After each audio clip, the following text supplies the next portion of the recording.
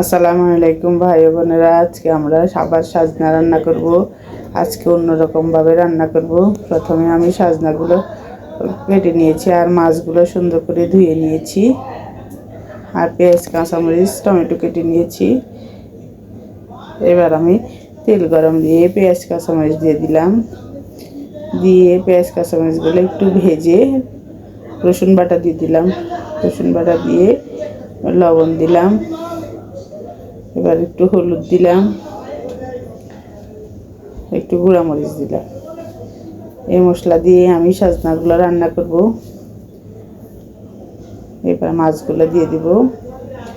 মাছগুলো কষিয়ে ভালো মতন একটু পানি দিয়েও কষাবো।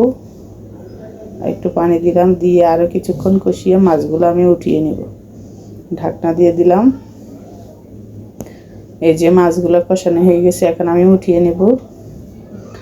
একটা একটা করে সবগুলো মাছ উঠিয়ে নিয়েছি। এবার আমি সাজনাগুলো দিয়ে দেব। সাজনাগুলো আমি ধুয়ে নিয়েছি। এবার সাজনাগুলো দিয়ে প্রায় 10-15 মিনিট আমি এভাবে ভেজেছি। তারপর আমি পানি দিয়েছি। এভাবে সাজনাগুলো যদি মাছের ঝোলের সাথে ভাজেন তাহলে খুব মজা লাগবে। এবার ঝোল দিয়ে আমি কিছুক্ষণ রান্না করব। কিছুক্ষণ রান্না করে নিয়েছি।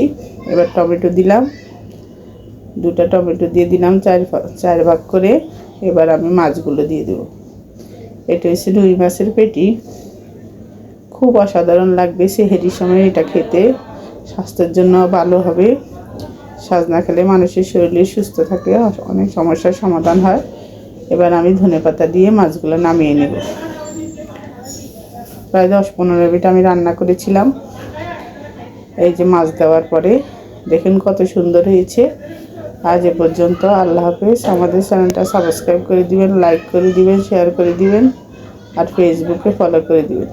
যে যেখানে আছেন ভালো থাকেন, সুস্থ থাকেন।